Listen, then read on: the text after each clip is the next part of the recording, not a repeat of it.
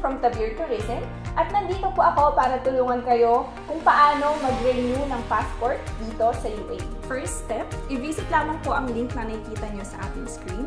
Mag-login lamang po or gamitin ang ating existing account at makaka-receive tayo ng confirmation email.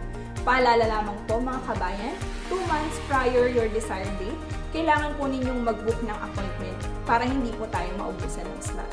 At ang mga requirements na inyong kakailanganin para sa passport renewal ay makikita nyo din po sa same link na ibinigay namin sa inyo. Step 2. Siguraduhin lamang po na 30 minutes prior your appointment ay nasa Philippine Consulate na po tayo para sa ating passport renewal. Ibigay lamang po ang mga hihingin na dokumento para sa proseso. For step 3, magbabayad lamang po tayo ng 240 dirhams para sa renewal ng ating passport. Step number 4, after po nating magbayad, kailangan po nating mag-fill up ng COMELEC registration form. Step number 5, pumunta lamang po tayo sa passport encoding area.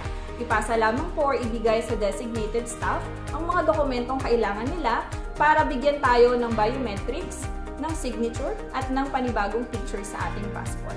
Step number 6, ang panghuling step para makuha ang ating passport, ibibigyan po tayo ng resibo na ipapakita natin sa pag-claim ng ating bagong passport.